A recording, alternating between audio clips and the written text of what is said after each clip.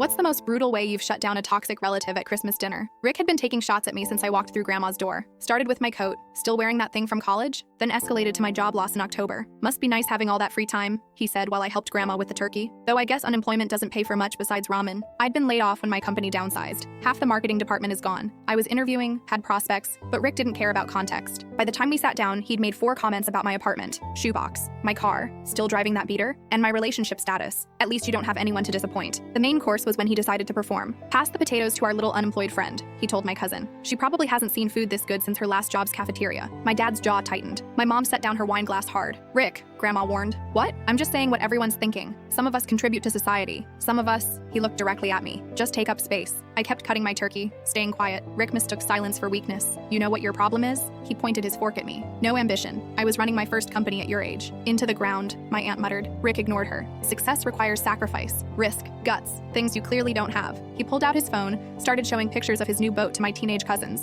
40-footer. Just bought it for cash. That's what success looks like. Is that the boat you bought with the money you borrowed from Grandma? I asked quietly. The room went still. Excuse me? I looked up from my plate. The $50,000 you borrowed for your sure thing investment that was actually a boat? The loan you've been dodging for 3 years? His face reddened. That's between you. Or should we talk about your first company? The one where you didn't pay your employees their last 2 months of salary? My friend Katie still has the bounce checks. Now wait. Or company number 2, where you convinced investors to put in their retirement savings, then filed bankruptcy, and somehow your personal assets were mysteriously protected? Rick stood up. You little... Sit down, Richard, Grandma said coldly. Or should we discuss why Janet divorced you? The gambling debts? Or why Monica left? The affair with her sister? Or what about Diane? Shut up. Diane left because you emptied the kids' college funds for cryptocurrency that tanked, right? My cousin Brad nodded. That's why I had to take out student loans. Rick's new girlfriend's voice suddenly came through his phone. He'd accidentally called her when he grabbed it. Rick? What's happening? Who owes your grandma $50,000? He frantically hung up. You want to talk about failure? I stood up too. You're 63 years old, living in a rental after losing 3 houses, driving a leased BMW you can't afford, dating women half your age who don't know you're broke, and bullying your niece at Christmas because making me feel small is the only thing that makes you feel big. At least I've had success to lose. No, you've had other people's money to lose. There's a difference.